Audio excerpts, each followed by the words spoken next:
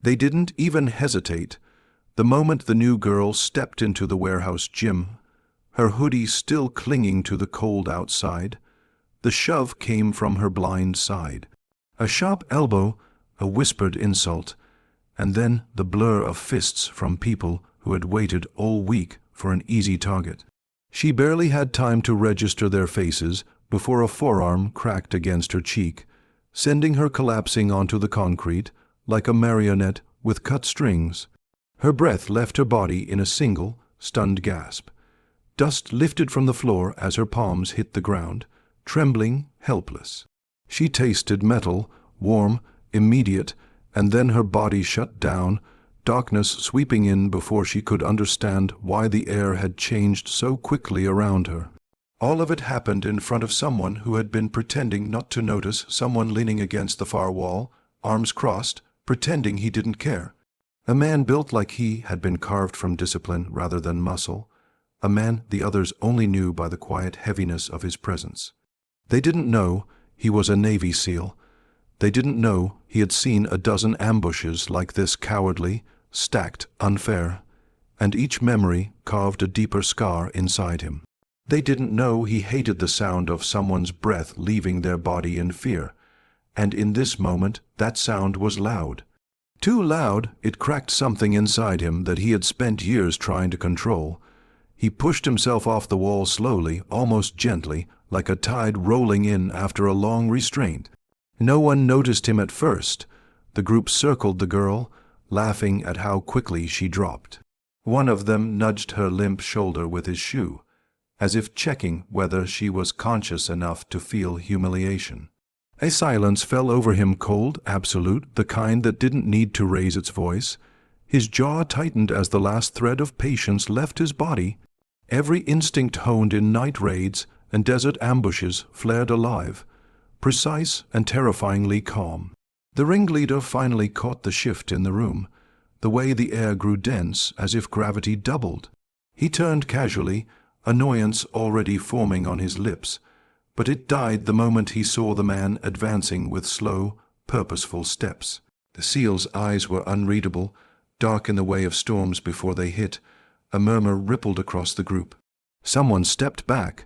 The ringleader didn't. The SEAL passed the girl's motionless body, and a flicker of guilt burned through his chest. He had promised himself he wouldn't get involved in civilian fights, that people needed to learn to handle their own conflicts. But he knew this wasn't a conflict. This was predation.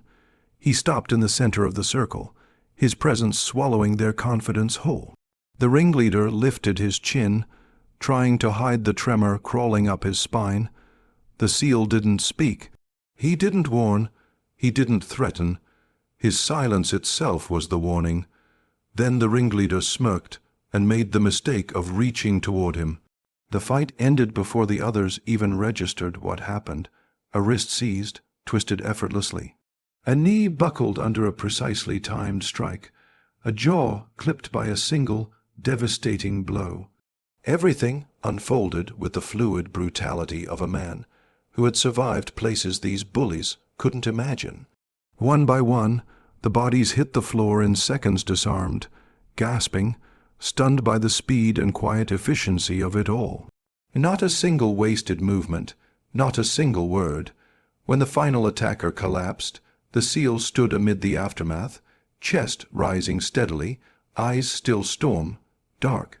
And then, without hesitation, he knelt beside the unconscious girl, his expression shifting from lethal to unbearably gentle. He whispered something no one heard, but everyone felt the weight of it. Her eyelids fluttered, struggling to reopen a world that had proven far harsher than she expected on her first day. The cold floor pressed against her cheek, grounding her back into consciousness. She heard breathing steady, controlled, close enough that it felt like a shield hovering above her rather than a threat. When her vision finally steadied, she found herself staring into a pair of eyes that didn't match the violence surrounding her. Eyes that held experience, restraint, and a quiet ache that suggested he'd seen too many people hurt for the wrong reasons. He didn't touch her, not at first. He simply waited, giving her room to gather whatever fragile dignity remained after being knocked unconscious so publicly. The others lay scattered across the gym, groaning or frozen in shocked silence, afraid to move, as if even breathing too loudly might ignite something in him again. She tried to sit up, but winced, hand instinctively lifting to the side of her face where the impact had been the hardest. The seal placed a steadying hand in the air, not touching, just offering support without demanding trust. She accepted the help with a shaky breath, letting his presence guide her upright. Her pulse raced, both from fear and from the stunned confusion of what she had woken to. Nothing in her life so far had prepared her for a stranger defending her with such unflinching certainty. He didn't ask if she was okay. He already knew she wasn't. Her trembling hands, the faint smear of blood on her lip, the forced swallow she tried to hide, these told him everything. What he cared about now was whether she was still present enough to stand, to breathe, to reclaim herself. He watched her eyes shift, not toward him, but toward the group that had attacked her. There was no hatred in her gaze, only a quiet disbelief, like she was trying to understand why they had chosen her, why the smallest, newest face in the room had become the easiest one to target. That look cut deeper into him than any blow he had taken during deployments. He had seen countless ambushes, but cruelty born from insecurity always hit differently. It left a stain on the world no battlefield could ever wash away. As he rose to his feet, the room felt smaller, tighter, suffocating for everyone except him. His presence alone kept the bullies still, their confidence drained, replaced with something that looked eerily close to regret. But regret born of fear wasn't real regret. The ringleader tried to speak, maybe an excuse, maybe a justification, but the seal silenced him with a single look, one that carried years of buried fury and the memory of friends he couldn't protect. It wasn't anger that filled the room, it was disappointment. Disappointment so deep it left the attackers staring at the floor, unable to face the weight of what they'd done. Without raising his voice, without making threats, he shifted the atmosphere around them.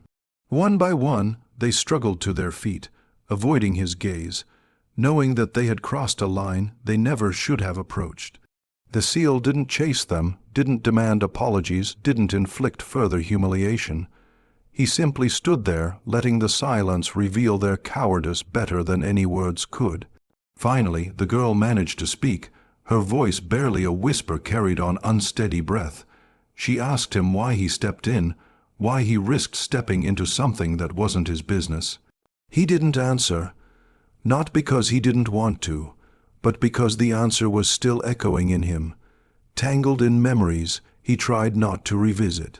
Memories of moments when he arrived too late, moments when the person on the ground never opened their eyes again.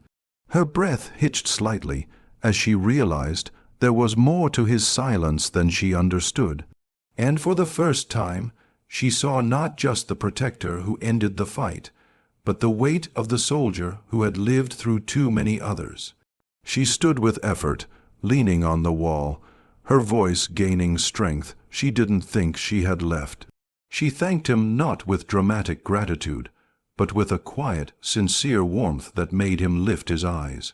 And that simple honesty, fragile, earnest, reached a place inside him that had long remained untouched. The gym emptied in fragments, leaving behind only the echo of hurried footsteps and the faint tremor of shame hanging in the air. The girl remained seated on the bench, still breathing through the remnants of fear, while the seal stood a few feet away, neither imposing nor distant, simply present.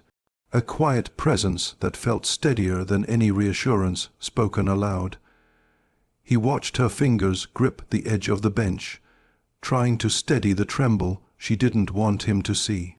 Every small movement betrayed the vulnerability she wished she could hide. She pressed the sleeve of her hoodie to her bruised cheek, wincing when fabric grazed the sensitive skin. And though she tried not to, she kept glancing at him, as if searching for something she couldn't name yet. He understood why.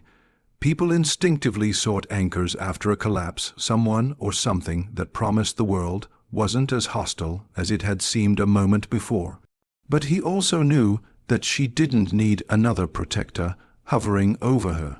She needed space to rebuild the small pieces of pride that had been shattered by fists that never should have been raised in the first place. She finally asked him if she should go to a hospital. Her voice was steady enough, but her breath quivered just slightly at the edges. He moved closer, stopping within arm's reach, lowering himself so his eyes were level with hers. He studied her face the way field medics studied their teammates in the aftermath of chaos, looking for signs she might not notice herself. Her pupils responded evenly, no slurred speech, no swelling severe enough to question orbital damage. He saw pain, yes, but not the kind that would steal her away from consciousness again. Still, the emotional wound was far deeper than the physical one. "You're more hurt in here than out here," he thought, watching her press her hand against her sternum as if trying to calm a storm inside her chest. She tried to smile through her discomfort, but it faltered immediately, folding into something raw. He didn't tell her she was strong. People in pain didn't need clichés. They needed truth, and the truth was, she had been blindsided in a way no one deserved. The hurt she felt made sense. The fear she swallowed made sense. The shaking in her hands wasn't weakness. It was the body remembering what the mind was trying to forget. He reached into his pocket, not for anything dramatic, just a clean cloth he always carried because old habits never died. He offered it to her, and she accepted it gratefully, gently dabbing the smear of blood on her lip. Her shoulders relaxed a little, as if his calmness were something she could borrow for a moment. The silence between them grew warm rather than heavy. After a few breaths, she asked him the question she had been hesitating to ask: how he moved that fast. How he handled a circle of attackers with the precision of someone who seemed to anticipate their motions before they even committed to them. He answered only with a distant look, a stare that drifted somewhere far beyond the gym's cracked walls. She realized he wasn't avoiding the question. He was remembering, and what he remembered wasn't beautiful. To survive the things he had survived, you learned how people telegraphed violence, how hesitation shaped itself into harmful intent, how the world shifted in minuscule ways right before someone tried to hurt another human being.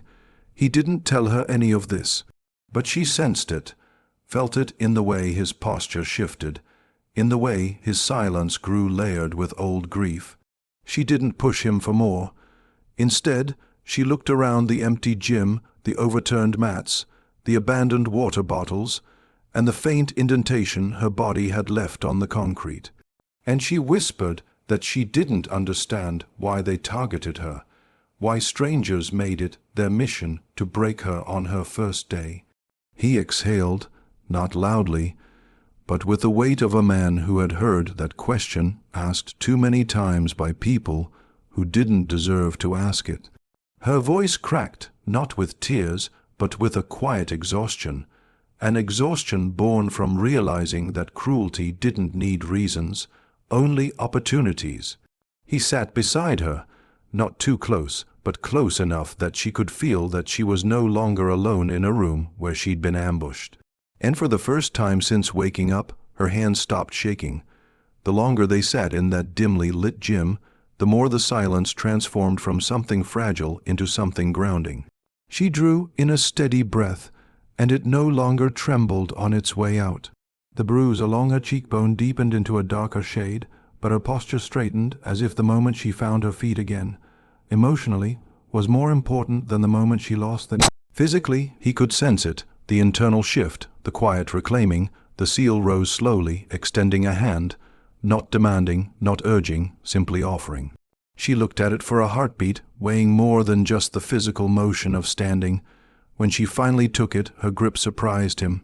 It wasn't strong in the traditional sense, but it carried a stubbornness he respected more than any bravado. He pulled her up with careful steadiness, ensuring she didn't lose balance. Once on her feet, she glanced again at the empty gym. The same place that had held her humiliation now felt different. Not safe exactly, but reclaimable. Survivable? She brushed hair away from her face and straightened her hoodie like someone piecing their armor back together. He stepped back, giving her space to breathe on her own. She tested her footing, checked her balance, rolled her shoulders with a wince, and then she nodded. A small gesture, but one that held the echo of resilience beginning to bloom again. She finally asked him his name. Her voice was quiet, curious, almost afraid to break whatever fragile understanding had formed between them. He paused as if deciding whether to share it. A name to him wasn't a casual truth. It was tied to squads he had lost, missions he couldn't forget, and identities he had shed along the way. But he gave it to her anyway. When she repeated it under her breath, her voice softened in a way that surprised them both. He told her she should report what happened, not out of vengeance, but to ensure no one else would face what she endured. She weighed his suggestion carefully, her gaze drifting toward the doors where the attackers had fled. Fear flickered, but didn't overpower her. She stood straighter, a new resolve anchoring her spine. She said she would, not because she believed the system was perfect, but because someone had shown her she wasn't powerless. He nodded once, approving, quiet, proud. Then he told her something she hadn't expected, something simple yet steady as bedrock. That courage wasn't measured by how hard someone could hit, but by how willing they were to stand after being knocked down by people who never should have touched them in the first place. Her breath caught, not because the words were dramatic, but because they were true in a way she felt down to the bone. As she gathered her things, she hesitated before leaving, turning toward him one final time. She thanked him not for the fight he ended, but for the dignity he gave back to her when she opened her eyes and found someone willing to kneel beside her. He didn't smile, but his expression softened in a way that revealed more than any upward curve of the lips could. Something in him, something he kept locked away, shifted at her gratitude. A reminder that despite all he'd seen, small moments of human decency still had the power to reach him. When she walked toward the exit, her steps were uneven but determined. She paused at the doorway and glanced back, meeting his eyes with a quiet understanding that felt older than both of them. She left the gym no longer the victim who had been knocked unconscious, but the person who got back up. The seal watched the door close behind her, the echo settling into the empty room. For years, he had carried the memory of people he couldn't save. But today, he had saved someone, and not by force alone, by presence, by restraint, by offering a steady hand at the exact moment someone needed one. He stood for a long moment before finally exhaling. The gym felt different now, not a battlefield, not a reminder of past failures, but a place where a quiet victory had unfolded, one that didn't need applause or witnesses. Just two people crossing paths at the exact moment one of them was about to lose herself to fear, and the other was about to drown in memories. And somehow they pulled each other back. He picked up the cloth she left behind, folded it neatly, and tucked it into his pocket. The bruise on her cheek would fade, but the lesson learned by every attacker who had seen him move tonight would linger far longer. Quiet justice had a way of sticking. And somewhere down the hallway, the new girl walked with a steadier gait, carrying the invisible strength of someone who had been knocked down violently, yet rose because one silent stranger reminded her that the world wasn't entirely unprotected, and for the first time in a long time, the seal felt something he hadn't let himself feel in years. Peace.